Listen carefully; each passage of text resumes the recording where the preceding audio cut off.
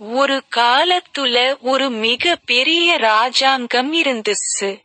அந்த நாட்ட ஒரு அரசன் ஆண்டுகிட்டு வந்தான். அந்த அரசருக்கும் அவரோட ராணிக்கு குழந்தையே இல்லை. தங்களுக்கு குழந்தை வேணும்னு கடவுள்கிட்ட வேண்டிக்கிட்டே இருந்தாங்க. அவங்க 2 பேரும் அவங்களோட பிரார்த்தனைக்கு பலனா அவங்களுக்கு ஒரு பெண் குழந்தை பிறந்துச்சு. அந்த குழந்தை ரொம்ப அழகா இருந்துச்சு. உடனே இந்த நாட்டுல இருக்கிற தேவதைகள் எல்லாரையும் குழந்தைய பார்க்க விருந்துக்கு கூப்பிட்டாரு அரசர்.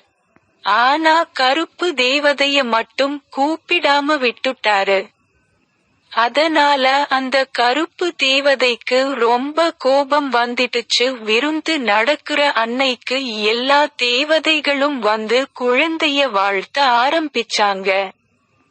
அப்ப அங்க வந்த கருப்பு தேவதை ரொம்ப சத்தம் போட ஆரம்பிச்சுச்சு. என்ன மதிக்காத உங்களுக்கு தண்டனையா? இந்த குழந்தை 16 வயசு வரைக்கும் தான் வாழும். அப்புறம் கூரான பொருள் பட்டு விழுந்துடுவான்னு சாபம் கொடுத்துச்சு. இத கேட்ட எல்லாரும் ரொம்ப திகைச்சு போட்டாங்க. உடனே அந்த கருப்பு தேவதை மறைஞ்சிடுச்சு. அங்க இருந்த இன்னொரு தேவதை சொல்லுச்சு, அந்த கருப்பு தேவதை செஞ்சது ரொம்ப தப்பு. அதனால நாங்க ஒரு வரம் உங்களுக்கு கொடுக்கிறோம். கூரான பொருட்கள் எதுவும் அவகிட்ட இல்லாத மாதிரி பாத்துக்கோங்க.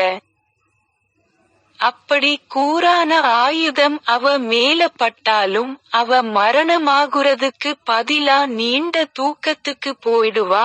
அப்படி தூங்குற அவளை மாவீரனான இளவரசன் ஒருத்தன் வந்து தொட்டானா அவ எழுந்திருச்சு பழையபடி ஆகிடுவான்னு சொன்னாங்க. அன்னையில இருந்து இளவரசிய எல்லாரும் ரொம்ப பாதுகாப்பா பாத்துக்கிட்டாங்க. கூரான ஆயுதம் கூரான பொருட்கள் அவகிட்ட இருந்து எடுத்துட்டு போயிட்டாங்க. இளவரசிக்கு 16 வயசு ஆகிடுச்சு. ஒரு நாள் அந்த அரண்மனையோட மாடில ஏதோ சத்தம் வந்துச்சு.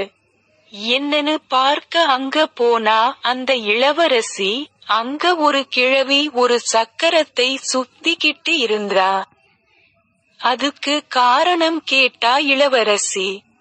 அதுக்கு அங்க கிழவி தனக்கு முதல்ல உதவி செய்ய சொன்னா. உடனே இளவரசி சரின்னு சொன்னா. உடனே பக்கத்துல இருக்கிற ஊசியை எடுக்க சொன்னா கிழவி. உடனே இளவரசி அந்த ஊசியை எடுக்க போனா. அப்ப அந்த ஊசி அவ கையில பட்டு மயக்கமாகி கீழே விழுந்துட்டா. அரண்மனையில இருக்கிற எல்லாரும் ரொம்ப கவலையா ஆகிட்டாங்க. அன்னையில இருந்து அந்த இளவரசி தூங்கிக்கிட்டே இருந்தா. ஆனா தேவதைகள் சொன்ன மாதிரி இளவரசன் வரவே இல்லை. உடனே அரசர் மீண்டும் அந்த தேவதைங்களை கூப்பிட்டு உதவி கேட்டாரு. அப்ப அந்த தேவதைங்க சொல்லுச்சு, இளவரசன் வர இன்னும் 100 வருஷம் ஆகும். அதனால உங்க எல்லாரையும் நாங்க தூங்க வச்சிடுறோம். அப்பத்தான் இளவரசன் வந்ததும் எல்லாரும் எந்திரிக்கலாம்னு சொன்னாங்க. உடனே அந்த தேவதைகள் ஒரு மந்திரத்தை சொன்னாங்க. உடனே அங்க இருந்த எல்லாரும் மயக்கம் போட்டு தூங்க ஆரம்பிச்சுட்டாங்க. அந்த அரண்மனையே தூசி படிஞ்சி போச்சு. அங்க மக்கள் வர்றதையே நிறுத்திட்டாங்க. தேவதைகள் சொன்ன மாதிரி 100 வருஷத்துக்கு அப்புறமா ஒரு இளவரசன் அங்க வந்தான்.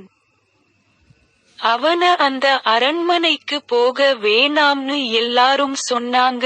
ஆனா துணிச்சலான அந்த இளவரசர் தைரியமா அதுக்குள்ள போனான்.